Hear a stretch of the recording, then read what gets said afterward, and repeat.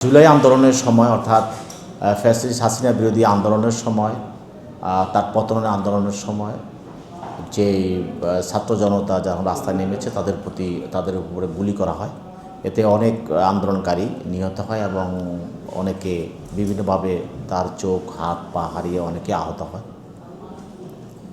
ওইসব ঘটনার বিষয়ে বিভিন্ন যারা ভিকটিম তাদের পক্ষ থেকে আদালতে মামলা করা হয় এবং সেই মামলাগুলো এফআইআর হিসাবে থানাতে পাঠানো হয়। তো থানাতে সেগুলি এফআইআর হিসেবে গ্রহণ করা হয় এবং মামলা রুজু হয়।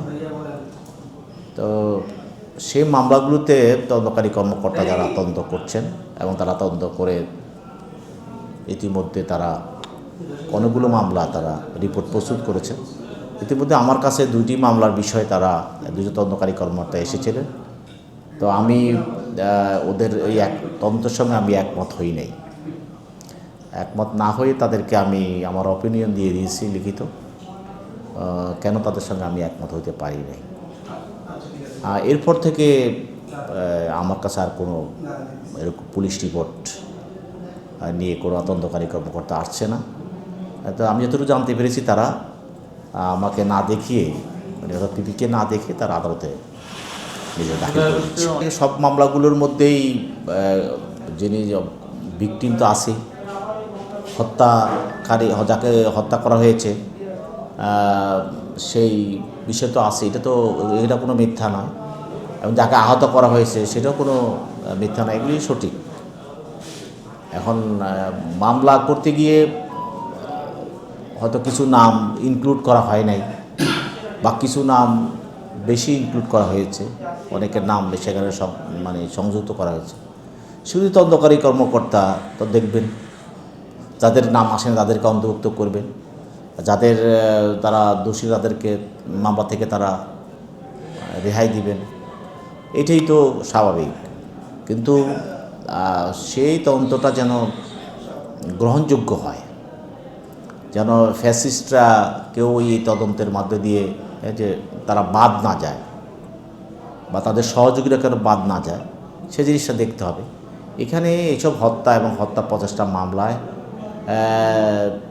যারা সরাসরি অংশগ্রহণ করেছে তারাও এই মামলা আসামি হবে, এবং যারা এই মামলার পিছনে ষড়যন্ত্র করেছে, এই ঘটনাগুলোর পিছনে তারা বিভিন্ন সময় ষড়যন্ত্র করেছে, ষড়যন্ত্রের সঙ্গে সম্পৃক্ত আছে, নির্দেশদাতা আছে, বিভিন্ন সময় বিভিন্ন ধরনের তাদের এই প্রক্রিয়ার সঙ্গে তারা জড়িত আছে, তাদেরকে তো মামলা অন্তর্ভুক্ত করতে হবে। এই মামলার 1 নম্বর আসামি করা হয়েছিল প্রাক্তন 5 বারের প্রধানমন্ত্রী শেখ হাসিনা এবং প্রাক্তন বিশেষ করে সেতুমন্ত্রী ওবায়দুল কাদের, প্রাক্তন তথ্যমন্ত্রী বিশেষ করে আরাফাত, এবং প্রাক্তন আইসিডি প্রতিমন্ত্রী জুনায়েদ আহমেদ পলক, এবং প্রাক্তন বিশেষ করে আওয়ামী লীগের যুগ্ম সাধারণ সম্পাদক মাহবুবুল হানিফ, প্রাক্তন আইসিডি প্রতিমন্ত্রী, তথ্য প্রযুক্তি এবং উপদেষ্টা মাননীয় প্রধানমন্ত্রী শেখ হাসিনার ছেলে সজীব ওয়াজেদ জয় এই মামলায় আসামি করা হয়েছিল। এই মামলায় ছাত্রলীগের সাধারণ সম্পাদক ইনান এবং ছাত্রলীগের সভাপতি সাদ্দাম সহ 115 জন আসামি করা হয়েছিল। পরবর্তীতে বিজ্ঞ আদালত সন্তুষ্ট হয়ে সেটা পিবিআই তদন্তে দিয়েছিলেন। পিবিআই দীর্ঘ তদন্ত করে এই মামলায় কোনো সত্যতা পান নাই।